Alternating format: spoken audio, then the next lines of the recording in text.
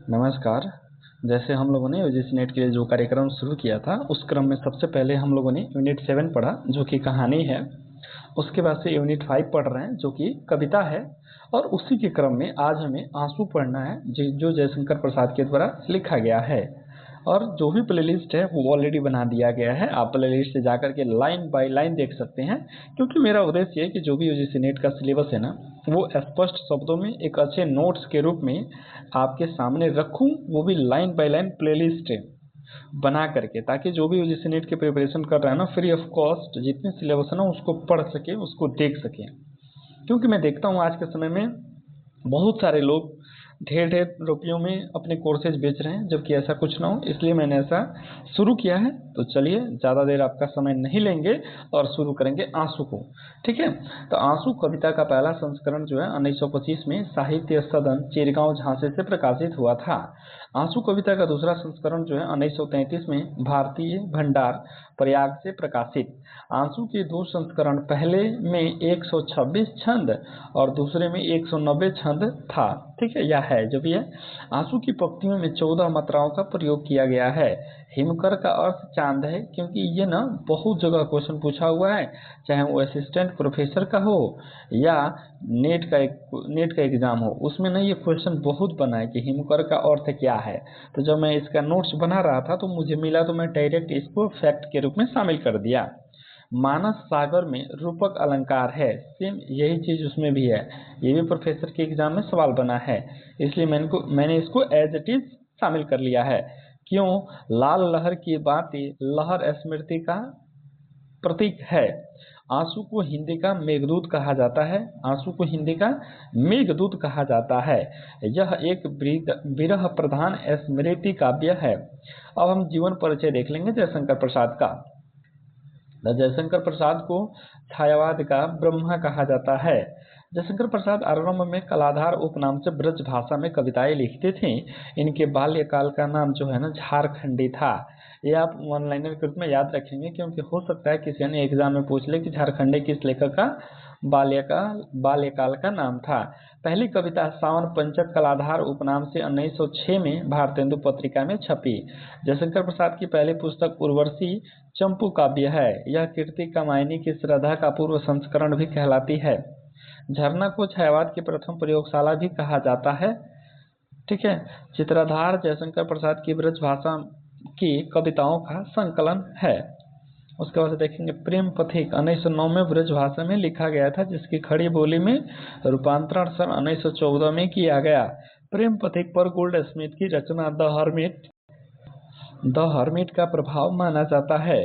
जयशंकर प्रसाद की रचनाएं देख लेते हैं, जो कि इम्पोर्टेंट है, क्योंकि अगर किसी एक लेखक का कोई रचना अपनी यूजीसी नेट के सिलेबस में लगा है ना, तो उसकी अन्य रचनाएं भी है ना, वो इम्पोर्टेंट हो जाती हैं, क्योंकि सवाल उससे बनने लगता है। तो हमारा कर्तव्य होता है ना कि उसको याद रखें, क्योंकि हमारा उद्देश्य सिर्फ नेट नहीं है। अन्य जो भी एग्जाम है ना प्रोफेसर के, उसमें अंतिम सिलेक्शन लेके प्रोफेसर बनना है। ये चीज़ आप दिमाग में रखें। इसके लिए चीज़ों को आपको गहराई से पढ़ना पड़ेगा। अब यहाँ देखिए जयशंकर प्रसाद की रचनाएं, उससे पहले यहाँ पे ये भी देख लेंगे 1889 में इनका जन्म हुआ था, 1937 में इनकी मृत्यु हुई थी। उर्वशी जो है 1909 में है, वन मिलन 1909 में है, प्रेम राजी 1909 में है, अयोध्या का उद्धार 1910 में है, शोकोच्छ्वास 1910 में है, कानन कुसुम जो है 1913 में है, प्रेम पथिक 1913 में है, महाराणा का महत्व 1914, चित्राधार 1918, झरना 1918, आंसू 1925, लहर 1933 और कमायनी 1935। ये रही इनकी प्रमुख रचनाएं, और ये प्रमुख बहुत भी भी आई हैं, इंपॉर्टेंट है, एग्जाम में से बना है। अब यहाँ से ना आंसू के बारे में देख लेते हैं। इसका प्रकाशन 1925 है। इसे हिंदी का मेघदूत कहा जाता है। इसके विषय वस्तु को देख लेंगे। 133 छंदों में रचित एक विरह प्रधान स्मृति काव्य है। इस काव्य में कवि ने अपने जीवन के मधुर और रसमय अतीत का स्मरण किया है और अपनी प्रियतमा के अभाव में आंसू बहाता है। वेदना से पूर्ण होने के साथ साथ इसमें आशा की किरण भी दिखाई देती है। इस कविता में भावनाओं का उदात्त रूप मूर्त हुआ है।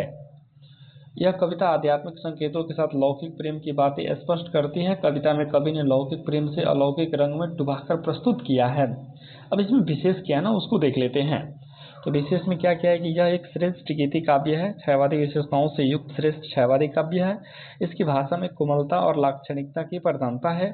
इस कविता की रचना आनंद छंद में हुई है, जो एक मात्रिक छंद है। इसमें 4 पद और 28 मात्राएं होती हैं। प्रसिद्ध आलोचक इलाचंद्र जोशी इस कविता के संदर्भ में लिखते हैं कि प्रसाद जी ने आंसू की पंक्तियों में हिंदी जगत को प्रथम बार उस वेदनावाद की मादकता से विभोर किया जिसके बाद सारा छायावादी युग मतवाला हो उठा। वेदना के भयंकर बाढ़ में सारे युग को प्लावित कर देने वाली क्षमता प्रसाद जी के इन आंसुओं में रही है, वह साहित्य के इतिहास में वास्तव में अतुलनीय है। आंसू की महत्वपूर्ण पंक्तियां देख लेंगे, महत्वपूर्ण काव्य पंक्तियां। इस करुणा कलित हृदय में वेदना असीम गरजती, छील छील कर छाले फोड़े, मल मल कर मृदुल चरण से। फिर देखेंगे धूल धूल कर रह जाते हैं आंसू करुणा के जल से, अभिलाषाओं की करवट। फिर सुप्त व्यवथा का जगना, सुख का सपना हो जाना, भीगी पलकों को लगना, मादक थी मोहमयी थी मन बहलाने की किरणा। ये देख सकते हैं, इसकी इंपॉर्टेंट पंक्तियां हैं जो कि है, मैंने इसको शामिल किया है लेकिन इसको देखेंगे नहीं। अब देखेंगे ना जयशंकर प्रसाद के बारे में, यहाँ से देख लेंगे, ठीक है। एक और, चूंकि देखिए मेरा उद्देश्य क्या है, मैंने आपको बार बार बताया है कि जो भी इम्पोर्टेंट क्वेश्चन मैं 3-4 जगह अलग अलग जगह से चीज़ों को संकलित करता हूँ, फिर आपके लिए एक मटेरियल बना के लाता हूँ, ताकि एक बार वो वीडियो देखने के बाद, एक बार उसको नोट्स बना लेने के बाद से कहीं से कोई चीज़ें छूट ना जाए। इसी क्रम में सबसे पहले तो मैंने अपना बनाया, उसके बाद फिर एक और दूसरे बुक का लिया था, फिर एक और तीसरा बुक है, ताकि आपके पास सबसे बेहतर कंटेंट पहुँचे, राइट। अब यहाँ से देखेंगे जयशंकर प्रसाद का जन्म जो हुआ था ना 30 जनवरी 1889 को हुआ है। गुरुवार को दिन बनारस के गोवर्धन सराय मोहल्ले के समृद्ध वैश्य परिवार में हुआ था। बस आप यहाँ से एक बनारस अपने नोट्स में सम्मिलित कर लीजिएगा। प्रसाद जी के पूर्वज मूलतः कानियाकुब्ज थे, कन्नौज में रहते थे। बाद में गाजीपुर जिले के सैदपुर कस्बे में आकर रहने लगे। इसके पूर्वज चीनी के बहुत बड़े व्यापारी थे। कहा जाता है कि एक बार चीनी से लदी कई नावें गंगा में डूब जाने के कारण उन्हें काफी नुकसान हुआ था। प्रसाद के पितामह शिवरतन साहू सूरती के व्यापारी व्यवसाय में इतने प्रसिद्ध हो गए कि इनका परिवार बनारस में सुगनी साहू के नाम से प्रसिद्ध हो गया। शिवरतन साहू के 6 पुत्रों में तीसरे पुत्र देवी प्रसाद साहू थे। जयशंकर प्रसाद इन्हीं के पुत्र थे। पिता और पितामह दोनों महादानी थे। इनके दानशीलता का गुण प्रसाद को विरासत में मिला है। प्रसाद जी के माता पितामह प्रतिदिन गंगा स्नान या विश्वनाथ जी का दर्शन करके लौटते तो रुपये पैसे लुटाते चलते। बनारस की जनता हर महादेव जयघोष से इस वंश के लोगों को सम्मान करती थी। इस तरह सबका कोई मतलब नहीं है, सब बेकार की चीज़ें हैं। माता पिता प्रसाद जन्म झारखंड के वैद्यनाथ से लेकर उज्जैनी महाकाल, यहाँ देख लीजिए जो इंपॉर्टेंट चीज़ें निकल रही है। माता पिता प्रसाद जी के जन्म को लेकर झारखंड के वैद्यनाथ धाम से लेकर उज्जैनी के महाकाल तक की आराधना की थी। इसी कारण प्रसाद जी के बचपन का नाम झारखंडी पड़ा था। राइट, सही बात है। हमारे यहाँ पूर्वोत्तर बनारस या हम लोग के आसपास के जो भी है ना, बाबा बैजनाथ के पास झारखंड में है, वहाँ हम लोग जाते हैं, इसलिए हो सकता है पढ़ा है। जयशंकर प्रसाद का नामकरण झारखंड बैजनाथ धाम में ही हुआ। घर में लोग इन्हें खांडे राव नाम से बुलाते थे। फिर आगे आते हैं। प्रसाद जी की प्रारंभिक शिक्षा घर पे हुई। उच्च शिक्षा के लिए क्वींस कॉलेज में दाखिला लिया और कुछ समय में पढ़ाई छोड़ दिए। प्रसाद जी की संस्कृत शिक्षक दीनबंधु ब्रह्मचारी थे, जो प्रसाद जी संस्कृत के अलावा अंग्रेजी, हिंदी, उर्दू, फारसी आदि भाषाओं के भी अच्छे जानकार थे।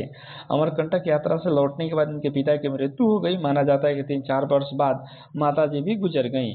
परिवार को लेकर प्रसाद जी के जीवन में काफ़ी ट्रेजेडी हुई। 12 वर्ष की उम्र में पिता, 15 वर्ष की उम्र में माता, 17 वर्ष की उम्र में बड़े भाई शंभु रत्न का देहावसान होने से ये पूरी तरह टूट गए। जयशंकर प्रसाद ने 3 शादियाँ की थी। प्रथम विवाह 1908 में इन्होंने स्वयं किया था, कारण इनके परिवार में एक भी पुरुष जीवित नहीं बचे थे। सोचिए, जो एक बार आदमी इतना मतलब समृद्ध हो हर एक मामलों में, उसके साथ ऐसी घटना घटती है तो सोचना पड़ेगा। पहली पत्नी क्षय रोग के कारण शीघ्र ही मर गई। दूसरी शादी 1916 में की, किंतु दूसरी पत्नी भी पहली पत्नी के कपड़े आदि के संसर्ग से क्षय रोग से ग्रसित हो स्वर्गवासी हो गई। तीसरी शादी उन्होंने 1918 में की। इससे पत्नी से उनका एकमात्र पुत्र रतन शंकर हुए। जयशंकर के पुत्र कौन थे? रतन शंकर थे। जयशंकर प्रसाद मात्र 9 वर्ष की अवस्था में ही अपने बचपन के गुरु मोहनी लाल गुप्त, जिनका उपनाम रसमय सिद्ध था, को ब्रज भाषा में एक सवैया लेकर दिखाए थे। इसमें प्रसाद ने अपना नाम कलाधर लिखा था। ठीक है, और फिर आगे देखेंगे। प्रसाद जी ने अपनी रचनाओं की शुरुआत ब्रजभाषा से की, बाद में खड़ी बोली के प्रति समर्पित हो गए। जयशंकर प्रसाद क्षयवाद के प्रमुख कवि रहे। इन्हें क्षयवाद का ब्रह्मा कहा जाता है। ये ऑलरेडी मैंने नोट्स में सम्मिलित भी किया है ऑनलाइनर के रूप में। क्षयवाद का ब्रह्मा किसे कहा जाता है? जयशंकर प्रसाद को कहा जाता है। प्रसाद जी की साहित्य यात्रा सन 1909 में एक भांजे अंबिका प्रसाद गुप्त के संपादकत्व में इंदु नामक पत्रिका से प्रारंभ हुई। इंदु पत्रिका बहुत इंपॉर्टेंट रही है, इसका हर जगह चर्चा मिलता है, तो ये याद रखेंगे। वैसे प्रसाद जी की प्रथम कविता सावन पंचक सन 1906 में भारतीय हिंदू पत्रिका में कलाधर उपनाम से छपी थी। जयशंकर प्रसाद की प्रथम क्षयवादी रचना प्रथम प्रभात जो है सन 1918 में प्रकाशित हो कि झरना काव्य संग्रह में संकलित है। प्रसाद जी की प्रथम पुस्तकार रचना उर्वशी है, जो कि चंपू का भी है, जो 1909 में इंदु में प्रकाशित हुई थी। ये भी इम्पोर्टेंट है। प्रसाद जी की करुड़ालय नाटक हिंदी की प्रथम गीत नाट्य माना जाता है। हिंदी का प्रथम गीत नाट्य कौन सा है? करुड़ालय है। ठीक है, इसको आप अपने नोट्स में सम्मिलित कर लीजिएगा। खड़ी बोली में जयशंकर प्रसाद का प्रथम काव्य संग्रह कानन कुसुम है। ये किसमें? खड़ी बोली में है। उसके बाद से सन 1914 में इंदु में प्रकाशित खोलो द्वार अपनी प्रथम छायावादी कविता है। प्रसाद की रचना छायावाद से वास्तविक आरंभ माना जाता है, इसलिए नंद दुलारी वाजपेयी ने झरना को छायावाद की प्रथम प्रयोगशाला कहा है। ये भी मैंने ऑनलाइन के रूप में वहाँ सम्मिलित किया था, इसको आप अपने नोट्स में सम्मिलित कर लीजिएगा। फिर आगे आते हैं, आगे आने के बाद देखेंगे प्रसाद जी की रचना जो है में इनकी ब्रजभाषा में रचित कविताएं संकलित हैं। प्रसाद जी ने प्रेम पथी की रचना पहले ब्रजभाषा में सन 1909 में किया था, इसके बाद खड़ी बोली में अनुवाद सन 1914 में कर दिया। इलाचंद्र जोशी और गणपति चंद्र गुप्त ने प्रसाद को छायावाद का प्रवर्तक माना है। अब यहाँ पे जयशंकर प्रसाद की जो है रचनाएं देख लेते हैं। तो मुक्तक काव्य संग्रह कौन है? चित्राधार है, 1906 में, दूसरी बार 1909 में प्रकाशित हुआ था। कानन कुसुम 1913 में, झरना 1918 में, ठीक है। और उसके बाद से पहले 25, बाद में 55 कविताएं इसमें शामिल हुई। उसके बाद से लहर जो है 1933 में, जिसमें कि 43 कविताएं सम्मिलित हैं। अब इनका हम प्रबंध काव्य देख लेंगे। तो प्रबंध काव्य में देखेंगे प्रेम राज्य 1909, वन मिलन 1909, अयोध्या का उद्धार 1910, स्वच्छवास, प्रेम पथिक 1913, प्रभु वाहन 1911, महाराणा का महत्व 1914, आंसू 1925, लहर 1933, कमायनी 1935। पता है ये जो ऊपर दिया गया ना, ये बहुत इंपॉर्टेंट है, जिसमें कि आंसू इंपॉर्टेंट है, लहर इंपॉर्टेंट है, महाराणा का महत्व इंपॉर्टेंट है, स्वच्छवास इंपॉर्टेंट है, वनमिलन इंपॉर्टेंट है, प्रेमराज इंपॉर्टेंट है। तो आप क्या करिएगा ना, सबको अपने नोट्स में सम्मिलित कर लीजिएगा। इसीलिए मैंने इसको यहाँ जिक्र किया, अंडरलाइन भी किया है।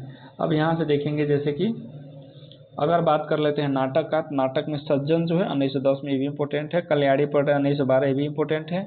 करुड़ालय 1912, प्रायश्चित 1913, राज्यश्री 1915, विशाख 1921, अजातशत्रु 1922, ठीक है। जन्मेजय का नाग्य 1926 इंपॉर्टेंट है। कामना 1927, स्कंदगुप्त 1928, एकघुट 1930, चंद्रगुप्त 1931 तथा ध्रुव सोमनी 1933। ये सभी तो अपने सिलेबस में भी लगे हुए हैं। तो ये भी क्या है, आपके लिए VVI है, इसको भी आप याद रखिएगा। उपन्यास की बात कर लेते हैं तो कंकाल 1929, ये भी इंपॉर्टेंट है। तितली 1934, इरावती 1940, यह पूर्ण है, ये भी VVI है, ठीक है। इसमें जैसे कंकाल हो गया, तितली हो गए, तो PYQ क्वेश्चन है। अब हम देख लेंगे निबंध, ठीक है। तो निबंध इनका उतना इम्पोर्टेंट नहीं है।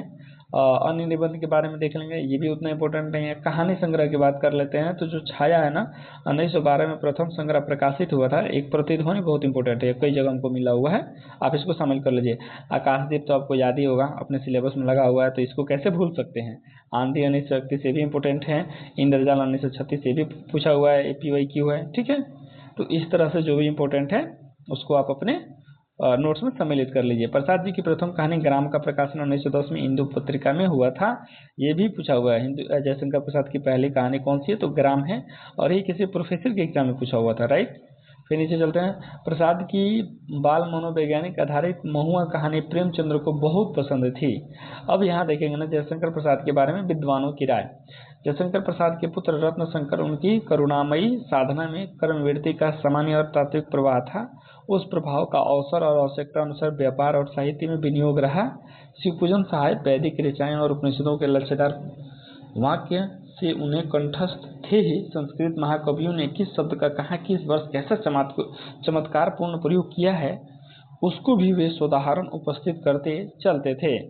शिवपूजन सहाय काष्ठ औषधियों और जड़ी बूटियों के गुणों को बखाने समय वैदिक ग्रंथों के श्लोक कहने लगते थे तो वैदराज ही प्रतीत होते थे। जयशंकर प्रसाद के ऊपर लगे आरोपों के बारे में नंद दुलारे वाजपेयी का कहना है, एक महाशय ने यह कह दिया कि प्रसाद जी तो बाबा आदम के जमाने के चरित्रों को अपने नाटकों में रखते हैं, गड़े मुर्दे उखाड़ते हैं। तो दूसरे महाशय ने नई भाषा में कहने लगे कि प्रसाद जी तो एस्केपिस्ट हैं जो जीवन से भागते हैं। एक तीसरे महाशय रहस्यवाद के नाम से ही इतना घबरा उठे कि प्रसाद जी का सारा रहस्यवाद उन्हें रूढ़िवाद जचने लगा। एक चौथे महाशय कुछ इधर उधर की टूह लगाकर कहने लगे, प्रसाद जी के साहित्य में मध्यकालीन विलास और खुमारी ही उन्हें मिलती है। बस समालोचनाओं के तांता इसी तरह बंद गया और लोग मनमानी हाँकने लगे। फिर देखेंगे आंसू जो काव्य है ना अपना, उस पर विद्वानों की क्या क्या राय है। तो आंसू काव्य के वक्तव्य में जयशंकर प्रसाद के कथन, आंसू प्रेम के देवता की अर्चना है। प्रेम अपने माया विग्रह से अनंत स्मरणीय रूप धारण करता है, उसे न स्त्री कहा जा सकता है न पुरुष। आचार्य रामचंद्र शुक्ल कहते हैं, वेदना की कोई और एक निर्दिष्ट भूमि नहीं होने से इसका कोई एक समन्वित प्रभाव नहीं निष्पन्न होता। देखकर भी मुक्त कंठ से स्वीकारते हैं कि उसकी उक्तियों के भीतर बड़ी ही रंजनकारिणी कल्पना व्यंजक चित्रों का बड़ा ही अनूठा विन्यास, भावनाओं की अत्यंत सुकुमार योजना मिलती है। प्रसाद जी की पहली काव्य रचना है जिसे बहुत लोगों को आकर्षित किया है। रमेश चंद्र शाह का नहीं देखेंगे, इतना इंपॉर्टेंट नहीं है। फिर आगे नीचे चलते हैं। नीचे आने के बाद से अब यहाँ देखेंगे नंद दुलारी वाजपेयी का देख लेते हैं। नंद दुलारी वाजपेयी कहते हैं कि हिंदी में जब किसी के पास इतनी शक्ति नहीं थी कि इस तरह की बातें कहे, तब प्रसाद जी ने उन्हें कहा, यह साहस और कवि की संवेदना स्वतः ही काव्य को आध्यात्मिक ऊंचाई पर ले गई है। डॉक्टर प्रेम शंकर को भी देख लेते हैं, ये भी उतना इम्पोर्टेंट नहीं है। आचार्य विनय मोहन शर्मा, ये भी इम्पोर्टेंट नहीं है। अब देखेंगे विनोद शंकर, ये भी इम्पोर्टेंट नहीं है। अब एक ही बार हम देख लेंगे किसको, डॉक्टर बच्चन सिंह को देख लेंगे। बच्चन सिंह इंपॉर्टेंट है, इलाचंद्र जोशी इंपॉर्टेंट है। इन दोनों को देख लेते हैं, ठीक है। बच्चन सिंह ने हिंदी साहित्य का दूसरे इतिहास में नामक पुस्तक में आंसू के बारे में कहा है कि आंसू मानवीय विरह काव्य है। इसमें प्रिय की सुंदर देह यष्टि का आकर्षण है, आलिंगन है, परिरंभण की मधुर स्मृतियां हैं, प्रेमजन्य पीड़ा है, दुखानुभाव है, पर यह सब यूटोपिया है, मानसिक है, स्वप्नजन्य है। इलाचंद्र जोशी जो है ना, वो ये कहते हैं, प्रसाद जी की आंसुओं की पंक्तियों ने हिंदी जगत को प्रथम बार उसे वेदनावाद की मादकता से विभोर किया, जिससे बाद में सारा छायावादी युग मतवाला हो उठा। वेदना की भी भयंकर बाढ़ के सारे युग को परिप्लावित कर देने जैसी क्षमता प्रसाद जी की इन आंसुओं में रही है। वो हमारे साहित्य के इतिहास में वास्तव में अतुलनीय है। उसके बाद से फिर देख लेंगे आंसू का परिचय। आंसू का परिचय भी इम्पोर्टेंट है। आंसू के प्रथम संस्करण में 126 छंद थे। इसका द्वितीय संस्करण उत्तम साज सज्जा के साथ 1933 में भारत भारती भंडार जो था रामघाट बनारस सिटी से प्रकाशित हुआ था। इस संस्करण में प्रसाद जी ने 67 नए छंदों को जोड़ दिए। पहले संस्करण में 3 छंद निकाल दिए। इस तरह संस्करण में छंदों की कुल संख्या 190 हो गई। इसका चर्चा हम लोग ऊपर अपने शॉर्ट नोट्स में किया था। आंसू में किसी प्रकार का खंड विभाजन नहीं तथा आंतरिक कथा सूत्र भी छीन है, इसे फिर भी उसे खंड काव्य माना जाता रहा। अपने समय में आंसू की इतनी प्रसिद्धि हुई थी कि उसके छंद को ही आंसू छंद कहा जाने लगा। कथात्मक आधार एवं विवाद एवं समाधान, राइट, इसे देख लेंगे, इम्पोर्टेंट उतना नहीं है। ये भी देख लेंगे भोलानाथ तिवारी, एक जगह प्रेम शंकर की, ये भी एक चीज़ देख लेंगे।